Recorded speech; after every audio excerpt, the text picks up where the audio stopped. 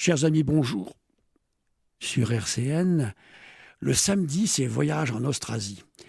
Alors, Voyage en Austrasie, c'est tout un tas d'aventures qui se passent dans notre chère et bonne terre de Lorraine. Et même on va au-delà, puisque l'Austrasie, elle est bien sûr bien au-delà. Et le deuxième samedi du mois, eh bien, nous recevons les écrivains, les écrivaines, les plumes d'Austrasie. Et aujourd'hui, eh bien, nous avons la chance d'accueillir des écrivains qui représentent une maison d'édition qui a, je dirais, qui compte sur le territoire lorrain, puisque la maison d'édition, c'est Nereia. Et nous recevons deux des représentants de Nereia. D'ailleurs, le responsable de Nereia, le président. Le président, oui. Président de Nereia. Le mois de juillet. Steven Duda. Je le prononce bien? Parfaitement. Ah bon. Et puis, une des plumes de Nereia, t'en as combien? 10, 12 ouvrages? 10e. Je suis sur le 11e. Le 11e, Gérard Coppens. Alors, Gérard Coppens, infatigable globe-trotter. Et on verra que à chacun de ses voyages, eh bien, il revient avec énormément d'idées. Et puis, il situe ses romans là où il est allé traîner ses guêtres. Et puis aussi, il est infatigable représentant du prix Victor Hugo, on en reparlera, etc. Mais c'est un sportif dans l'âme, donc...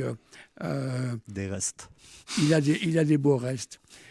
Alors, Nereia, il s'est passé plein de choses chez Nereia de ces derniers mois, Steven. Eh bien, Rémi a démissionné de son poste. On le salue. On s'est posé la question de savoir si on allait continuer. Les auteurs voulaient continuer avec Nereia Édition.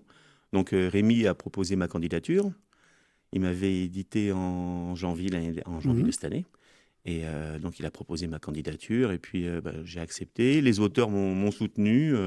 Ils ont vu mes capacités, en particulier Charles Ancet a définitivement voté pour moi après m'avoir vu porter des tables lors d'un salon littéraire. Il a dit, voilà, il nous faut un président capable de porter des tables de 10 kilos. Oui, c'est une vraie histoire. C'est un critère de sélection comme un autre. C'est un excellent critère. Oui, mais accessoirement, tu tiens la plume.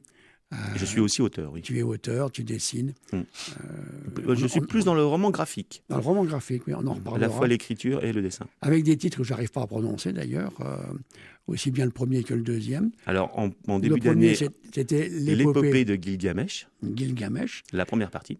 Oui, alors tu nous raconteras un peu ce que c'est, Gilgamesh.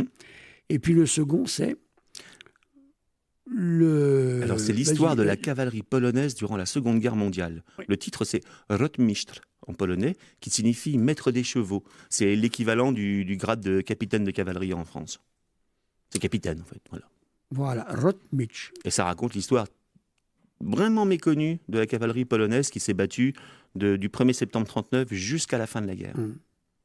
Alors, on va terminer le petit point sur Nereia, parce qu'il y a d'autres écrivains chez Nereia. Il y a Charles Ancet, tu en as parlé. Il y a Charles Ancet qui sortira un album en début d'année. On va publier sa prochaine bande dessinée, les uns sur les autres. Elle est prête, on n'a plus qu'à... Voilà, on est à la partie impression. Donc ça sortira en début janvier. Voilà. Et dans une semaine, le nouveau roman d'Ariane Perdigal sort, très bien, intitulé Nuit noire. Une histoire très surprenante. Ça ne me surprend pas, si je puis dire, d'Ariane Perdigal. Non, le livre va arriver demain ou après-demain. Qu'elle soit surprenante. Donc, alors, Charles Ancet, on a dit, le rayon N est toujours... Toujours. En cours, si je puis dire. Et il le présente dans beaucoup de salons de la région. Ainsi que Le sang des pommes. Le sang des pommes aussi, bien sûr. On a dit Ariane Perdigal, qui a toujours ce livre Mémoire d'Afrique, les mémoires d'un médecin qu'elle a connu.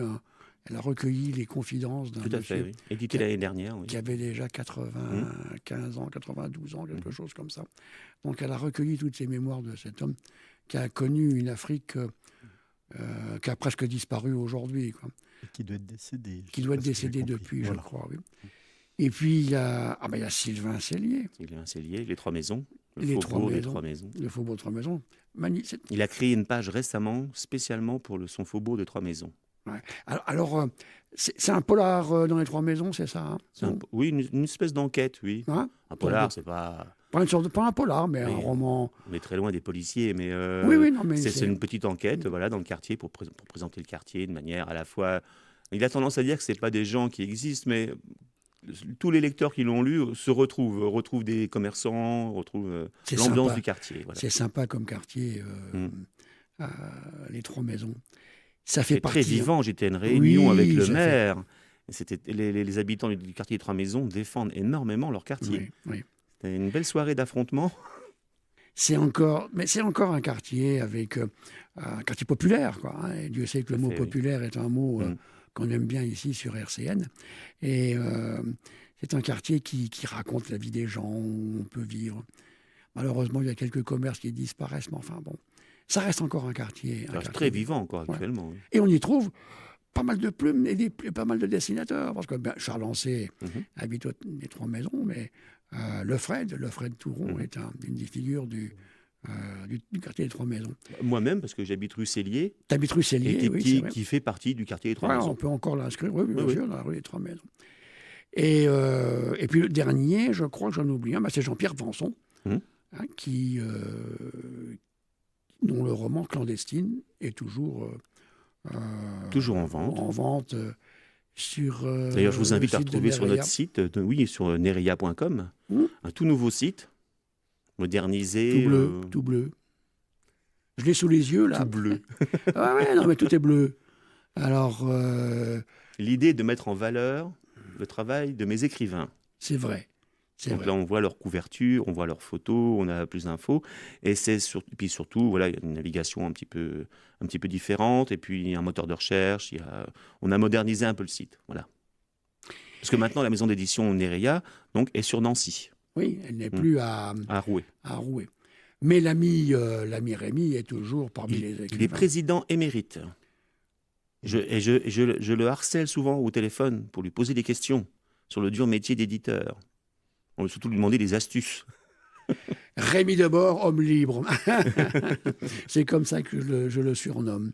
Et donc Rémy Debord, vous pouvez vous procurer, bien sûr, chers amis, les livres de Rémy sur le site de Nerea, notamment ses éditions des Trois Coups, Tout ces à fait, pièces oui. qu'il avait produites sur nos antennes, sur les antennes de RCN.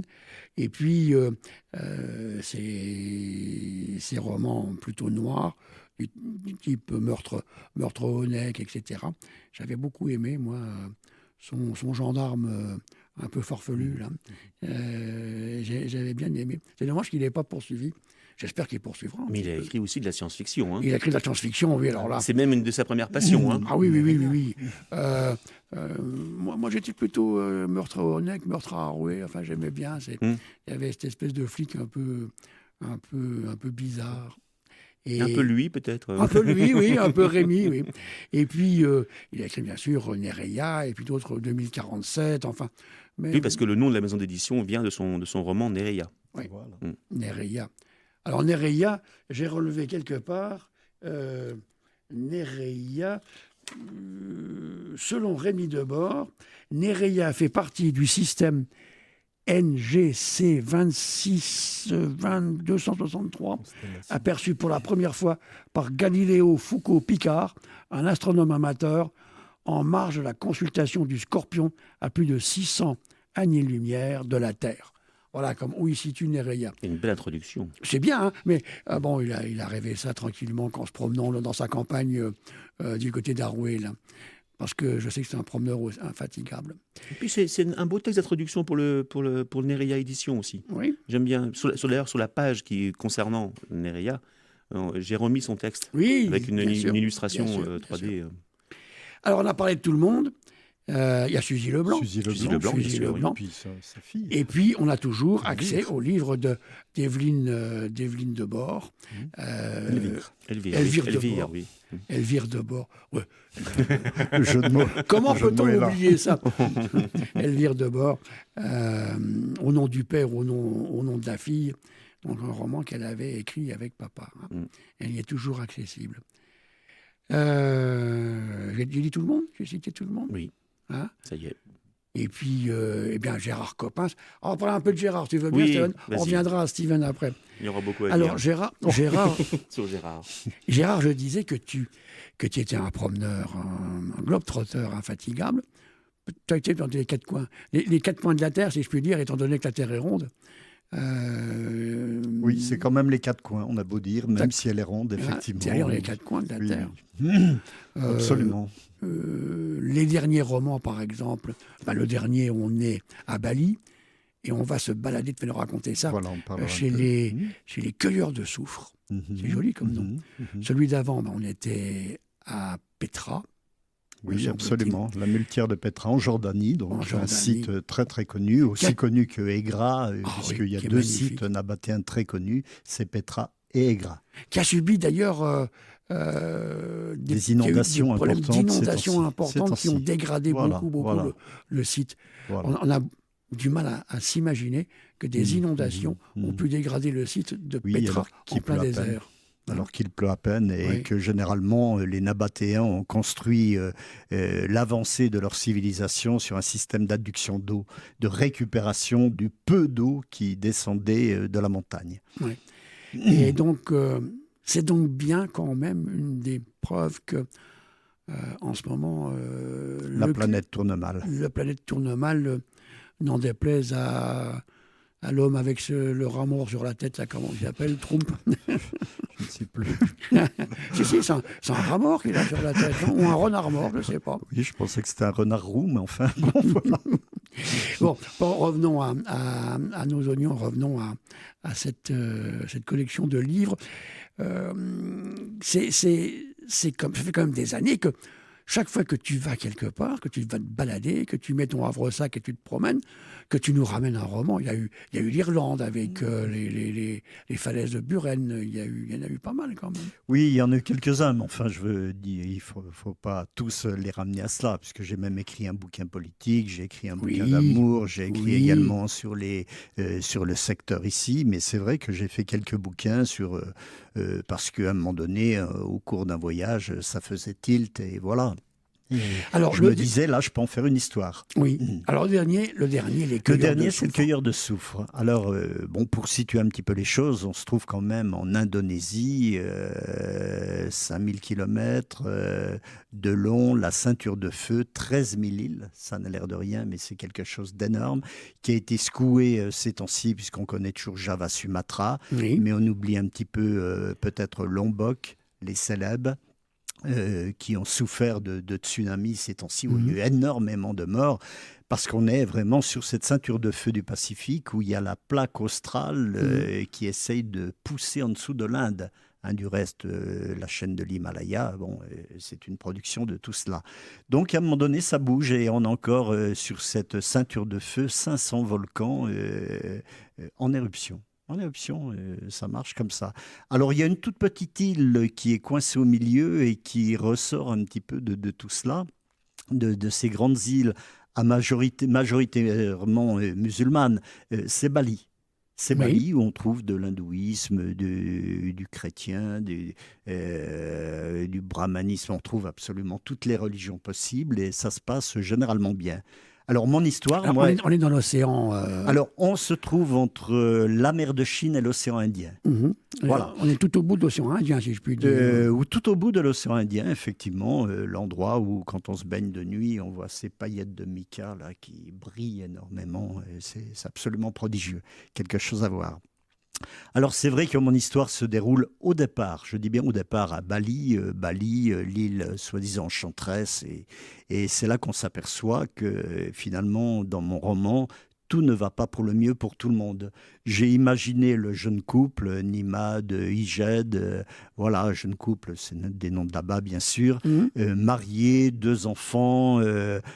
Pour la fille, on vit chez les beaux-parents. C'est généralement comme cela, puisqu'elle aide un petit peu à tout.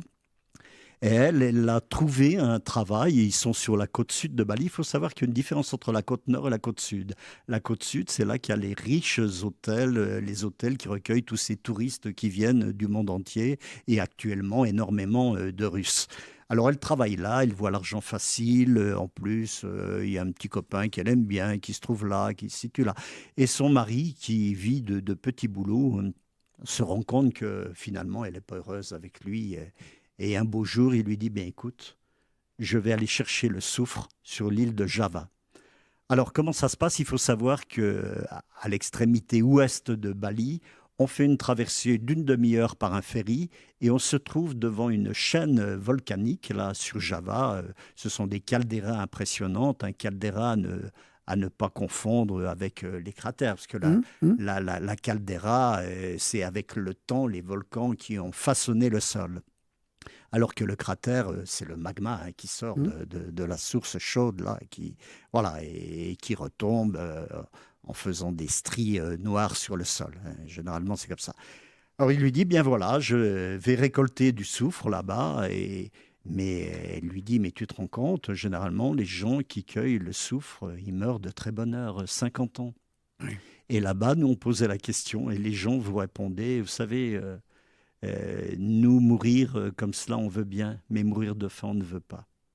Et il faut savoir que quand on va cueillir le soufre, dans des conditions, enfin je pense qu'on en reparlera peut-être tout à l'heure, si on fait une petite interruption là, et on cueille le soufre vraiment dans des conditions tout à fait déplorables. Il faut savoir que l'on gagne à peu près 5 fois le salaire d'un agriculteur. C'est quelque chose d'énorme. C'est quand même bien payé pour la région. C'est très bien payé. Il faut savoir, si mes souvenirs sont bons, je crois que c'est en 1921, lorsque les Hollandais se trouvaient à Bali, qu'ils ont commencé à s'intéresser à cette récolte du soufre. Alors on parlera peut-être un petit peu des conditions, mais c'est le seul endroit au monde où ça se fait encore de cette manière si artisanale. Ailleurs, ça ne se fait plus comme ça. Ce ne sont pas les hommes mais qui ils vont recueillir parce que c'est joli comme nom, cueilleur de soufre. Oui, je trouvais que le terme était joli. Et effectivement, ils cueillent le soufre. Alors, il faut savoir que les Hollandais avaient bien fait les choses parce qu'ils avaient mis des conduites en fonte au fond du cratère où le gaz liquide passe dedans.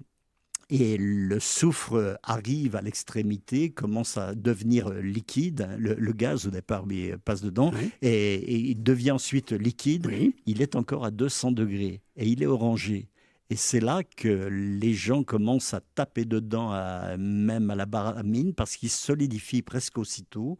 Et ils le recueillent, il est encore chaud et c'est là qu'il devient vraiment jaune soufré. Mais alors, c'est des conditions épouvantables pour y aller. Déjà, il y a cette traversée à ferry. Ensuite, il y a 3 kilomètres d'une montée avec une charrette. On monte à 2200 mètres, en plus. Tout en haut du cratère. Et de là, une fois qu'on est en haut du cratère, on laisse sa remorque et on prend une barre d'osier avec 2 paniers à chaque extrémité. Et on s'enfonce ensuite dans le cratère où on voit ces fumerolles alors chargées de sulfure en particulier. C'est formidable. Et un autre point, il faut savoir généralement que ces volcans sont accompagnés d'une retenue d'eau. Une retenue d'eau qui est généralement magnifique. Du reste, tout le monde vient la visiter parce que déjà, c'est le lac qui est le plus acide au monde que l'on trouve. Il y a quand même 200 mètres de profondeur. C'est un truc qui fait à peu près 1 kilomètre de long, 600 mètres de large. Et ce sont des eaux turquoises absolument magnifiques. Alors chargées en chlore, chargées en soufre, mais surtout chargées en acide sulfurique. Et c'est quelque chose de phénoménal. Et ça se trouve... C'est vraiment une beauté diabolique, alors. C'est une beauté diabolique et ça se trouve juste à côté de la Solfatare. Du reste, la Solfatare, c'est là où il y a ces vapeurs qui sortent. Beaucoup de gens y vont la nuit parce que les fumées deviennent bleutées, deviennent orangées, ont des couleurs magnifiques, deviennent verdâtres. C'est vraiment un spectacle. Et on voit ces pauvres gars venir là et casser des blocs. Alors, au départ, on remonte 50, 60 kilos, puis tout doucement, on arrive pour certains jusqu'à 120 kilos sur l'épaule, qu'on amène en haut du cratère, qu'on recharge dans la remorque, avant d'aller faire peser tout cela pour être payé à raison de 7 centimes du kilo. C'est comme ça, c'est une folie. Alors, les plus courageux font généralement 2 voyages par jour, parce qu'il n'y a pas d'horaire. On vit, généralement, on dort sur place, on y reste au moins une quinzaine de jours d'affilée. C'est comme ça, mais on ramène de l'argent.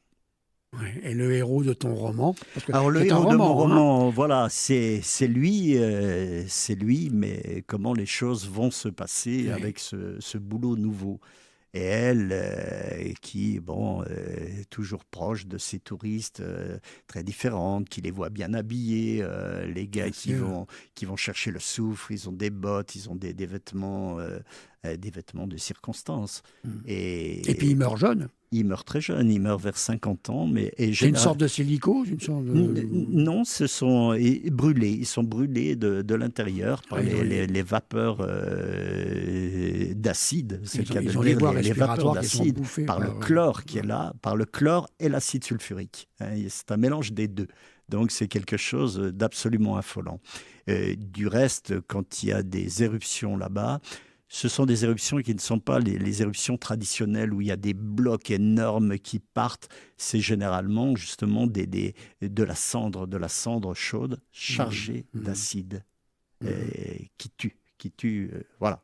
Alors, Et Bali, ça arrive encore. à Bali, où on côtoie en quelques kilomètres le luxe, le Absolument. modernisme, les belles soirées balinoises, Balinaises. balinaises, les belles soirées balinaises, et la misère. Voilà, et ces gens qui font des offrandes continuellement, là-bas, c'est un petit peu le panthéon des dieux. Hein. Il faut savoir Ouais. qu'il y a toujours les 3 dieux principaux, mais il y en a toute une pléthore derrière.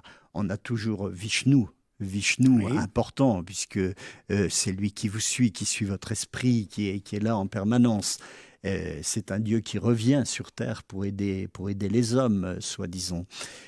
Ensuite, on a Brahma. Brahma qui est le dieu de la création. Alors là, on y fait attention, celui-là, parce qu'il peut être méchant quand il le faut.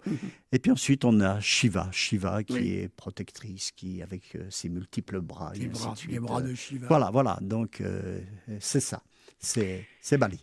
Voilà, nous sommes donc sur RCN. Dans l'émission Les Plumes d'Austrasie, nous recevons aujourd'hui Steven Duda et Gérard Coppens, qui nous parlent des dernières productions de Nereia, présidée par Steven. Et nous allons peut-être faire une petite pause musicale, histoire de reprendre notre souffle et de revenir de Bali. Je vous propose une chanson qui s'appelle Septembre, qui est de Barbara. Et c'est la rencontre entre Camilla Jordana, avec la voix chaude et veloutée de Camilla Jordana, et cet immense pianiste qui est Alexandre Tarot. Septembre.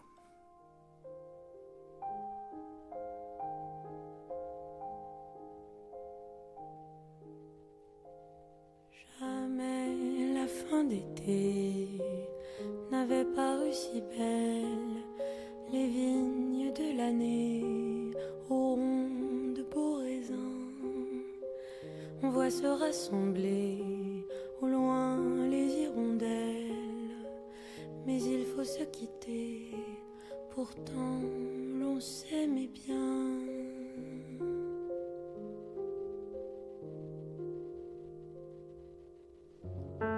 Quel joli temps pour se dire au revoir.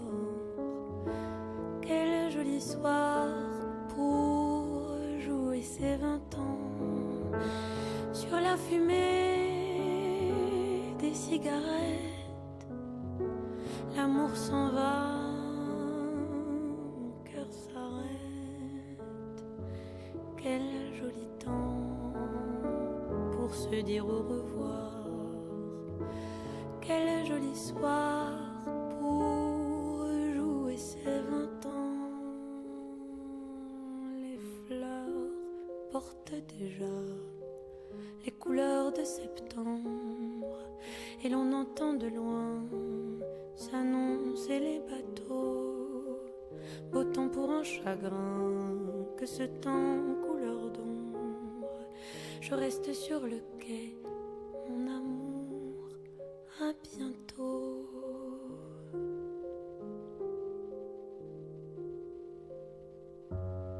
Quel joli temps, mon amour, au revoir.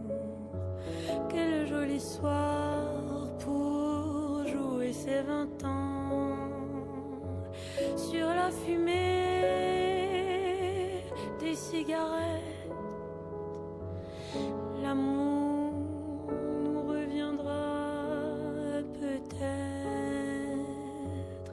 peut-être un soir au détour d'un printemps. Quel joli temps, le temps de se revoir. Jamais les fleurs de mai n'auront paru si belles. Les vignes de l'année auront de beaux raisins. Quand tu me reviendras avec les hirondelles, car tu me reviendras, mon amour. À demain.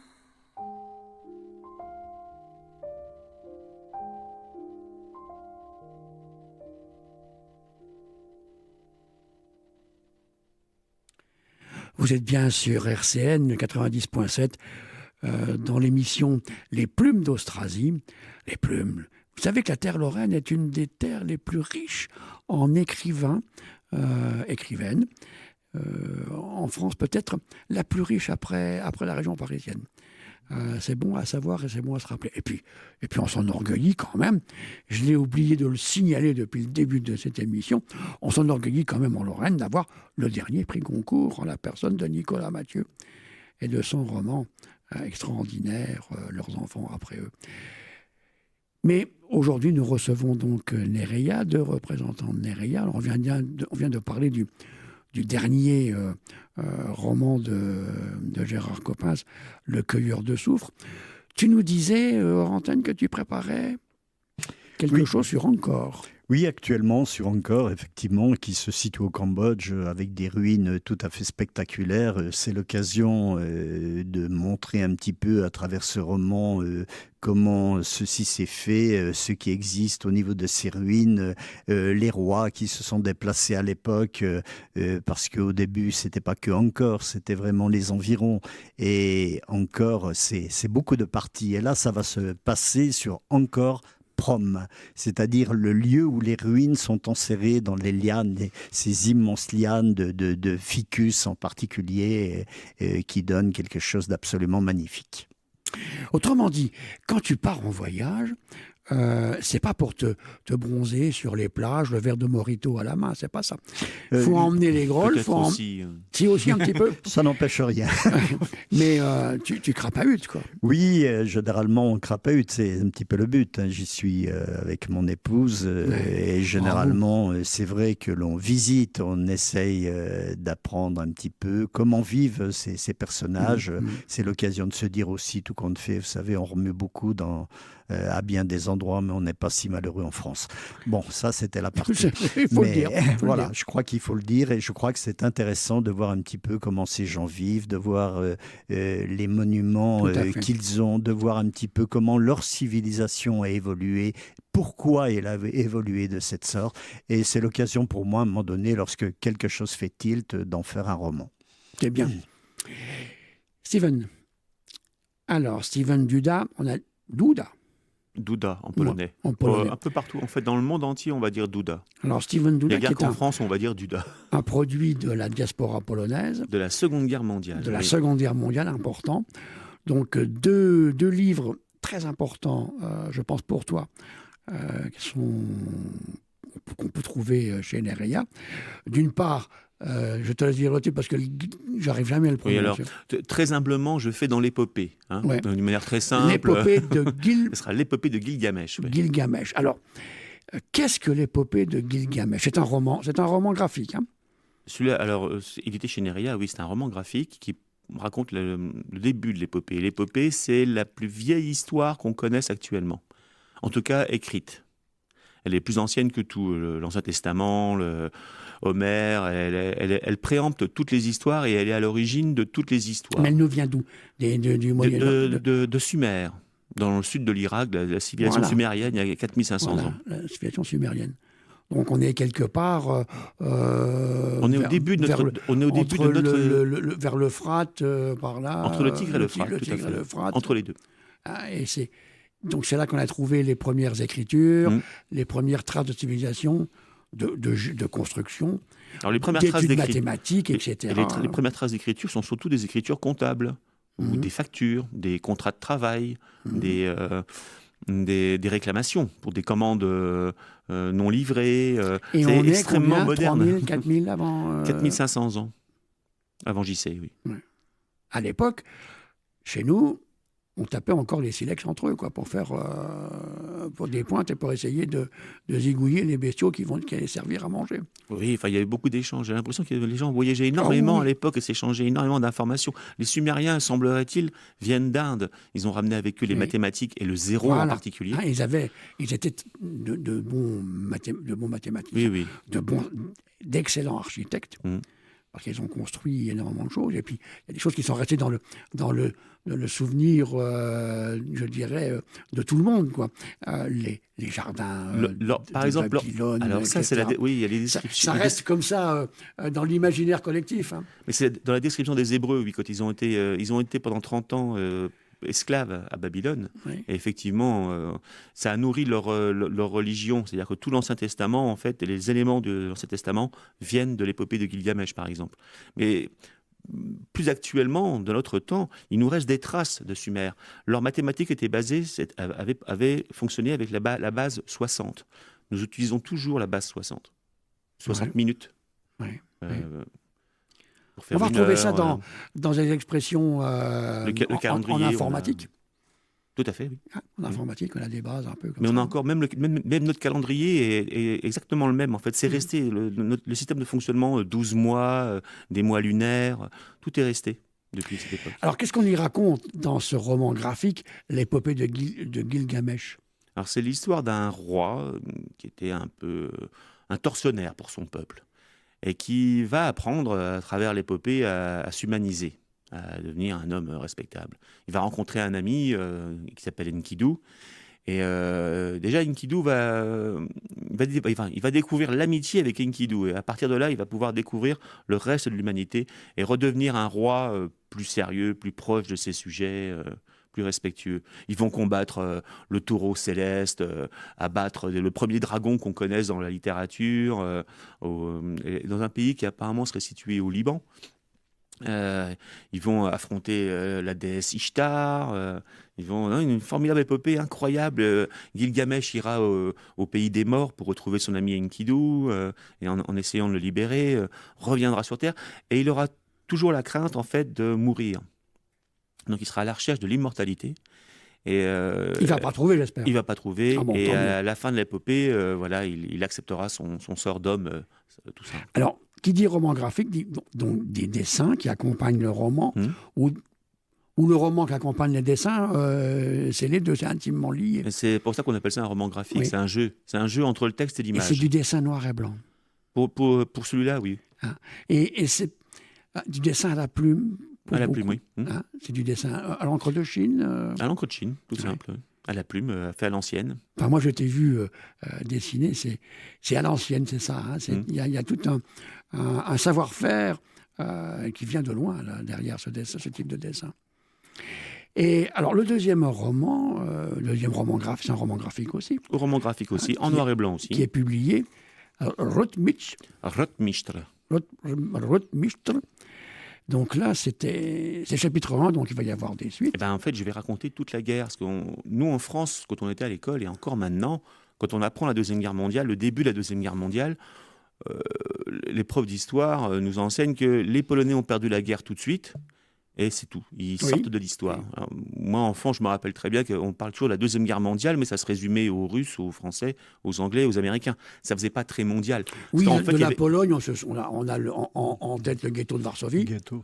Le ghetto de Varsovie. Oui, on a les horreurs commises par la ville détruite. les nazis et la Wehrmacht en Pologne, oui. Mais alors qu'en fait, les survivants de l'attaque allemande et russe de septembre 1939, les survivants vont s'exiler en Hongrie. Il faut rappeler que c'était une attaque à la fois par les Allemands et les Russes. Hein. Tout à fait. Les Polonais ont combattu deux armées. Avec eux-mêmes, les Polonais avaient une petite armée plutôt bien entraînée, plutôt efficiente en fait, face à deux armées très puissantes. Mais puissante dans le sens numérique. Les Allemands avaient une suprématie aérienne qui était terrible. Mais suprématie mécanique, je pense. Hein. Non. Alors non, c'est l'image que nous renvoie toujours le cinéma, mais c'est pas vrai. En fait, l'armée allemande était à 80% hippomobile. C'est-à-dire que le transport des troupes ou du carburant se faisait par cheval. Et quand on parle de Blitzkrieg, par exemple, c'est assez étonnant que les Français utilisent ce mot, parce que c'est un mot de la propagande nazie qui a été assemblé, fabriqué par les Allemands juste après les combats en France, en les faisant passer pour une décision militaire, ce qui était complètement faux. C'est un accident, en fait. C'est comme leur avancée était tellement rapide avec leurs tanks, par exemple, le carburant ne suivait pas. Donc souvent, les tanks se sont retrouvés en panne d'essence. C'est arrivé aussi en 1945, ça, parce que tout à fait, oui. Mais ça arrivait aussi devant Dunkerque. Ils avançaient tellement vite qu'il n'avait plus de carburant, donc l'armée allemande s'est arrêtée. Oui, à Dunkerque. Donc c'est pas une tactique, une stratégie inventée avant. Les circonstances ont fait qu'ils ont pu avancer très rapidement. Mais c'est en fait militairement, n'importe quel militaire vous dirait que c'est complètement stupide comme technique. Alors pour revenir à la Pologne. Donc les Polonais, oui, alors, puisque ce roman cette première partie. C'est en Pologne, ouais. Et là, ils vont être battus et ils vont continuer la guerre. Et ben en fait, après, alors ça, ce sera les chapitres suivants, mais mon grand-père, par exemple, qui a fini capitaine de cavalerie en 1944, s'est retrouvé comme réfugié en Hongrie, avec le reste de l'armée en Roumanie. Ils avaient ordre de leur président de venir en France, reconstituer une armée sous les ordres du général Sikorski, pour combattre aux côtés des Français. Donc Sikorski. Comme l'inventeur de l'hélicoptère. C'est le même nom, oui. Ouais. Et donc les Polonais sont arrivés en France, ils sont restés 4-5 mois dans le pire hiver de la Deuxième Guerre mondiale, l'hiver 39-40. Ils ont été bien accueillis par les Hongrois, hein, et les Roumains. Hein. Ils avaient de l'assistance, on leur faisait des faux papiers, des vêtements civils. Les Hongrois se sont plutôt globalement très bien comportés vis-à-vis des Polonais, des Juifs. Ça s'est très bien passé. Les Polonais ont traversé l'Europe nazie, sont arrivés en France, ont reconstitué une armée. Ils étaient vus de haut et plutôt maltraités par les officiers français. Et rapidement, les Français ont fait appel à eux. Ils sont montés en première ligne et malheureusement, la débâcle française a fait que les Polonais se sont battus, mais très rapidement ont dû abandonner le front. Les Français ne se battaient plus. Donc, ils ont dû abandonner aussi. Ils ont été envoyés en Écosse. Ouais. C'est une véritable épopée aussi, c'est exactement comme pour l'épopée de Gilgamesh. C'est-à-dire que de France, en France, ils se sont retrouvés dans les coins de Sedan, par là.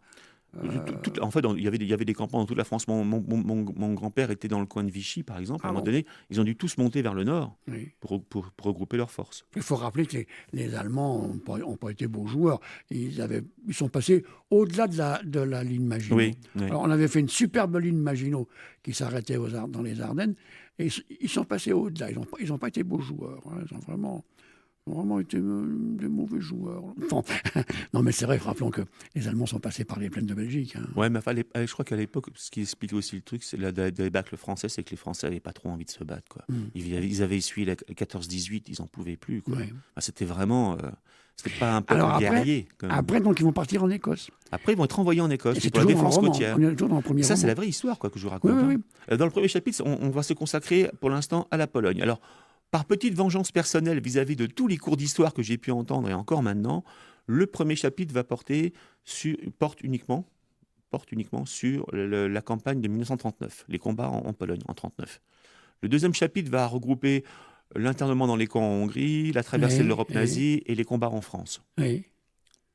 Je vais faire l'inverse, c'est-à-dire que je vais réduire les combats en France. Il y aura combien de chapitres au total ? 5. Pour raconter toute la guerre. Et je voudrais bien essayer de réussir à raconter surtout la fin de la guerre, comment les Polonais qui ne pouvaient pas rentrer en Pologne, alors qu'ils y étaient forcément incités par les autorités américaines et anglaises, ne sont pas rentrés parce qu'ils ne voulaient pas mourir, se sont intégrés dans l'économie en fait, de la Grande-Bretagne. Et c'est comme ça qu'on va retrouver cette diaspora, enfin une diaspora de... Nous sommes des centaines de milliers à travers le monde. Ouais. J'ai des contacts, ce roman graphique est une recherche historique à la base. Ouais. Je ne connaissais pas mon grand-père, il est mort 1 an avant ma naissance, et je ne le connaissais pas, je ne savais rien sur lui à part qu'il était polonais, capitaine de cavalerie et qu'il avait combattu pendant la Seconde Guerre mondiale. C'est tout. Donc il y a 12 ans, j'ai commencé mes recherches, et... au fur et à mesure de mes avancées, les photos, les documents, les témoignages, j'ai découvert un énorme réseau de membres de la diaspora polonaise, mais aussi les admirateurs. En Normandie, il y a énormément de Français admirateurs de la première division blindée polonaise qui ont libéré énormément de villes en France. À leur retour, quand les Polonais sont revenus en 1944, avec leur première division blindée polonaise, ils ont permis la fin de la bataille, de ce qu'on appelle la bataille de Normandie.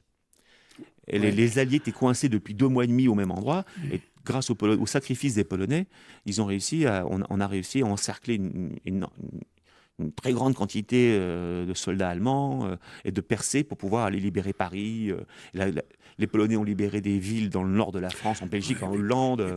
Et puis nous avons une longue histoire avec les Polonais, Bien nous sûr. les Lorrains. Hein. Bien Notre sûr. dernier duc de Lorraine était quand même un Polonais, Mais bien sûr. hein, Stanislas. Mais le lien, il y a un lien Stanislas culturel Un des plus grands évident. musiciens polonais est Lorrain d'origine, Mhm.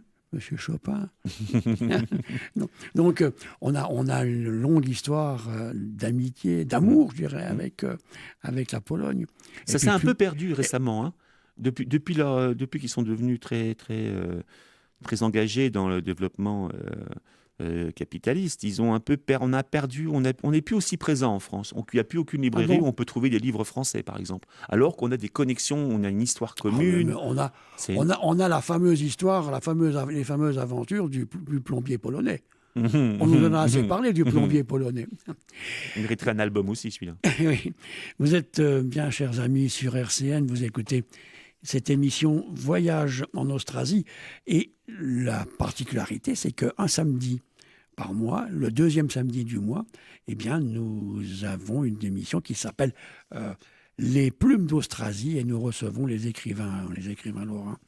Aujourd'hui, les éditions Nereia et nous recevons Steven Duda et Gérard Coppens. Enfin, un peu de musique avant le dernier chapitre de l'émission, j'allais dire. Il y a un an, Johnny Hallyday disparaissait et Dieu sait qu'on en a parlé.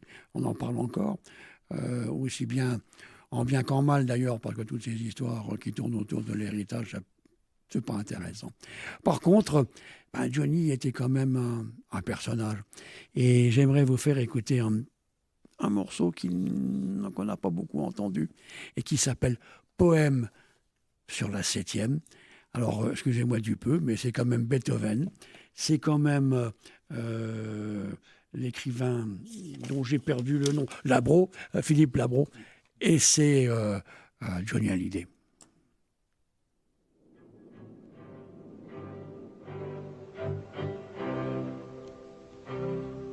Qui a couru sur cette plage? Elle a dû être très belle. Est-ce que son sable était blanc?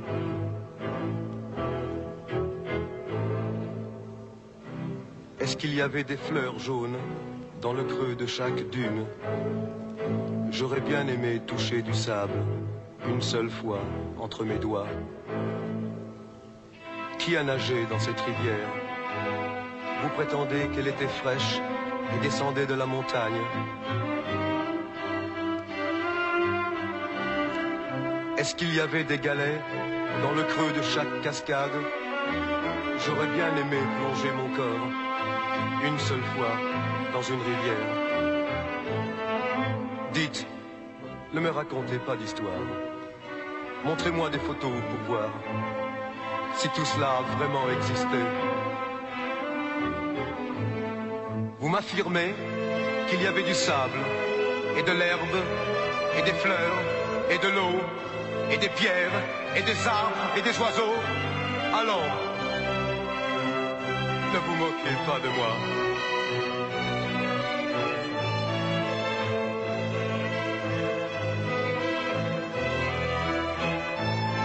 Qui a marché dans ce chemin?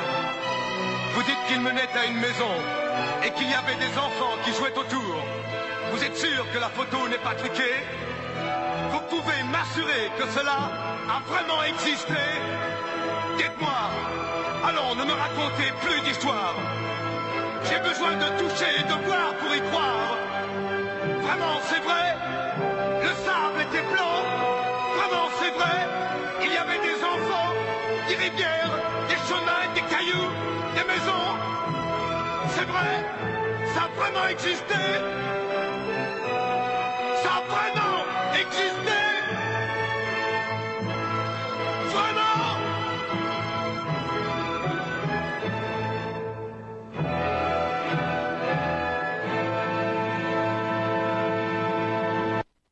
Eh bien oui, c'était ça aussi, Johnny Hallyday. On réécoutera ce genre de choses. Je rappelle bien que Johnny Hallyday avait enregistré un Hamlet qui est formidable, qui avait eu un succès proche de zéro. Mais c'était aussi ça, Johnny Hallyday. Revenons à nos invités d'aujourd'hui, nos écrivains d'aujourd'hui, Gérard Coppens et Steven Duda, des éditions Neria. Alors Gérard Coppens, j'ai dit que c'était au début d'émission que tu étais un infatigable promeneur, un infatigable randonneur, un infatigable crapahuteur, mais tu es aussi infatigable dans l'organisation du prix Victor Hugo. Alors le prix Victor Hugo, qui est un prix décerné tous les ans, Oui, absolument. C'est un prix qui est décerné tous les ans. Il était de tradition que ce soit l'invité d'honneur du Salon littéraire de Villers-lès-Nancy qui soit également le président du prix Victor Hugo. Cette année, on a voulu modifier un petit peu les choses parce qu'on ne sait pas encore trop. On hésite, on a des noms pour l'instant qui se bousculent pour l'invité d'honneur. Mais ce qui est sûr, c'est que le président du jury du prix Victor Hugo sera Claude Morin. Lui-même prix Victor Hugo l'an dernier à Villarroy, qui avait écrit un excellent roman, Globetrotter aussi, puisque l'action se déroule au Pérou. Oui. Une très très belle histoire qui se déroule là-bas, et c'est même un peu une saga, c'est assez formidable. Moi j'ai beaucoup apprécié. Et mon petit doigt m'a dit que le choix avait été relativement aisé. Le choix, oui, avait été aisé parce que... Pourtant il y avait du beau, hein, voilà, effectivement. Alors cette année... La particularité du prix Victor Hugo, c'est qu'il est ouvert à toute forme de littérature. Alors, toute forme, on se méfie un peu. Par exemple, cette année, j'ai reçu en particulier une monographie, une autre, on pourrait presque dire que c'en est une, mais enfin, non, ça va, c'est quand même un roman, mais un roman vraiment très basé sur l'histoire. Mais par contre, on a une monographie qui touche le non-court. J'ai voulu qu'on l'accepte parce qu'il y a quelques passages qui peuvent vraiment intéresser tout le monde, sur l'arrivée de l'écriture dans notre beau pays, ainsi de suite. Il y a quelques paragraphes de ce genre-là, mais autrement, c'est pas ce que l'on prend. On prend généralement du conte, de la nouvelle ou du roman. Voilà, il faut essayer de se limiter à cela. Alors, de temps en temps, on a des bouquins de poésie, on les renvoie, on n'a rien prévu pour cela. Alors, ces derniers temps, il y en a un qui a réussi à contourner le règlement en nous présentant un bouquin à la fois prose et poésie. Oui. Du reste, c'est très bien écrit et inutile de dire que la prose est très poétique. Oui, je me doute. Alors, donc, il y a 13. Alors, actuellement, on a reçu 13 ouvrages. Il y en a un 14e qui devrait arriver très prochainement, selon Steven. Je pense, en plus je connais la personne qui nous fera part de ce bouquin et qui écrit du reste très bien également. Et on a vraiment quelques très bons romans dans le lot. Donc, et ce prix sera remis au mois de mars. Ce prix sera remis à la fin du mois de février, lors du salon de Villers-lès-Nancy, par le président, donc Claude Morin. Il faut savoir que les inscriptions pour le dépôt des ouvrages est limitées au 15 décembre. C'est deux exemplaires à me transmettre et le 15 décembre, c'est clos. Alors, comment ça se passe ensuite ? Bien sûr, nous sommes 7 au total au jury, il fallait un nombre impair. Chacun se détermine en mettant une note. D'abord 6. Ensuite, à partir des 6, on sort les 3 meilleurs bouquins qui sont envoyés au président du prix Victor Hugo et lui met également sa note. Qui ne vaut pas plus que les autres, mais c'est le nombre impair qui arrive. Très bien, c'est très démocratique. Voilà, c'est très démocratique. On ne met pas de gilet jaune pour même dire... pas. Donc, il faut rappeler que l'an dernier, c'était M. Morin, Claude Morin, qui avait reçu le prix, qui avait été remis par Mme Liliane Bockel, qui est une excellente auteure de la région. Agrégée de lettres, publiée chez Gallimard. Qui est une universitaire qui a beaucoup œuvré pour l'art, pour la danse moderne, pour l'art contemporain, etc. Vraiment une dame extraordinaire et qui a écrit ces 3 romans magnifiques. J'ai eu la chance de les lire. Et chers amis, je vous annonce que début de l'année, nous aurons Madame Bockel dans le cadre de notre émission Les Plumes d'Austrasie. Ça sera un excellent moment, je pense, aussi bon que celui que nous passons aujourd'hui. Steven, Nereia. Allez, on arrive vers la fin de l'émission. Quelles sont les perspectives de Nereia? Qu'est-ce qui va sortir dans les jours qui viennent? Qu'est-ce qu'on peut acheter pour Noël? Tout notre catalogue. Voilà. Donc la semaine prochaine sortira le nouveau roman de l'Ariane Perdigal, Nuit Noire. C'est un polar, c'est quoi? C'est psychologique, une ambiance très particulière qui va vraiment surprendre ses lecteurs habituels. Voilà. Oui. Oh, quand on connaît Ariane, je pense pas qu'on est. Celui-là est vraiment très très spécial et je le dis très positivement. Attention. Oui. Ah oui, moi j'adore Ariane. Et donc, qui dans le temps a participé avec moi à certaines émissions sur cette antenne. Et donc au mois de janvier, on va sortir donc la nouvelle bande dessinée de Charles Ancet, Oui. Les uns sur les autres. Les uns sur les autres, Les uns, les oui, uns les uns. sur les autres. Les uns. Et puis surtout, j'ai deux auteurs en vue pour l'instant. J'attends de voir un peu leur travail au courant 2019, d'essayer de trouver des nouvelles têtes pour la maison. Voilà. Oui. Donc on a dit Gérard Coppens qui nous prépare ce roman. Il sortira quand ce roman qui va se passer Il faut près que du temple d'Angkor. je l'achève, mais J'en enfin, parle pas disons que parce que j'en j'en suis sais aux trois rien. quarts. Quoi. Voilà, j'en suis aux trois quarts et j'ai guère eu Tu le temps. trouves du temps pour écrire? Oh, justement, j'ai tellement de choses à faire que bon, c'est toujours un peu compliqué, mais on y arrive. Oui. Mmh. Et puis il fait tellement de choses. Enfin bon, t'as une forme olympique. Oh, quand je ne même, sais hein. pas si j'ai tout ça, mais ça nécessite des romans qui se passent à l'étranger comme cela. Ça nécessite beaucoup de recherche parce que si on veut que le lecteur qui est allé s'y retrouve, on n'a pas intérêt à faire d'erreur. Alors, chers amis, guettez sur la presse locale parce que nos deux invités d'aujourd'hui, Gérard Coppens et Steven Duda, donnent beaucoup de conférences, participent à beaucoup d'ateliers, notamment tu y étais il n'y a pas longtemps, Steven, tu donnais une conférence. J'ai conférence hier soir à la MJC Lillebonne, donc Oui. pour l'association France-Pologne. Mhm. Et puis Gérard était il n'y a pas longtemps. Le 15 Novembre. novembre, absolument, oui, au Cercle du Travail à Nancy. Et il y a des conférences qui s'annoncent, il y a des choses qui s'annoncent. Alors, il y en a une qui s'annonce fin janvier, ça doit être le 25 janvier, je crois, à Villers-lès-Nancy, sur on va dire les civilisations énigmatiques. Voilà. Et dont les cueilleurs de souffle font partie. J'en parle à l'occasion, mais enfin, voilà, pourquoi pas. Je veux dire, c'est quelque chose d'un petit peu étrange, donc oui, c'est bien d'en parler, c'est bien que les gens se rendent Qu'est-ce qu'on compte. retrouve dans ces ça m'a Alors, intrigué. on retrouve, oui, des choses très, très intéressantes, puisque au départ, généralement, je parle de la Chine, du premier empereur de Chine.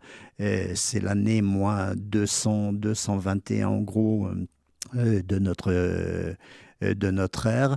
Et il faut savoir que ce premier empereur s'appelait Qin, Q-I-N, qui se prononce Tsin, qui a donné son nom à la Chine, qui a duré, je crois, à peu près 13 ans.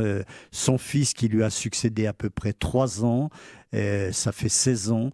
Il faut savoir que c'était un despote fini, c'était l'empire des Tsin, qu'on en appelait cela. Mais il faut savoir que ce qu'il a mis en place, les réformes qu'il a mis en place, ont duré jusqu'en 1912. Pourquoi 1912 ? Parce qu'en 1911, il y a eu la révolution culturelle en Chine, bien sûr, qui en a fait une soi-disant démocratie.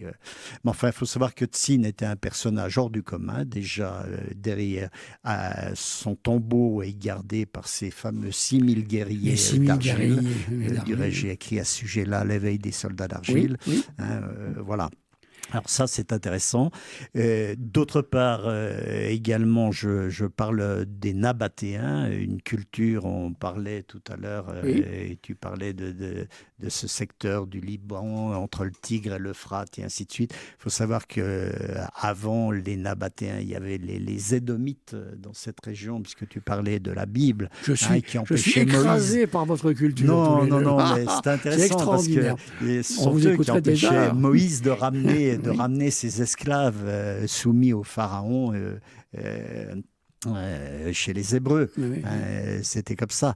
Et puis alors, il faut savoir ce que les Nabatéens ont fait de ce site de Pétra. Mais en réalité, on les angélise un petit peu. Il faut savoir que c'était des brigands. Il n'y a que l'argent qui les intéressait, ils détroussaient les caravanes. Mais ils ont fait de leur caravansérail à Pétra une cité florissante. Incroyable, incroyable tout ce qu'ils ont pu faire.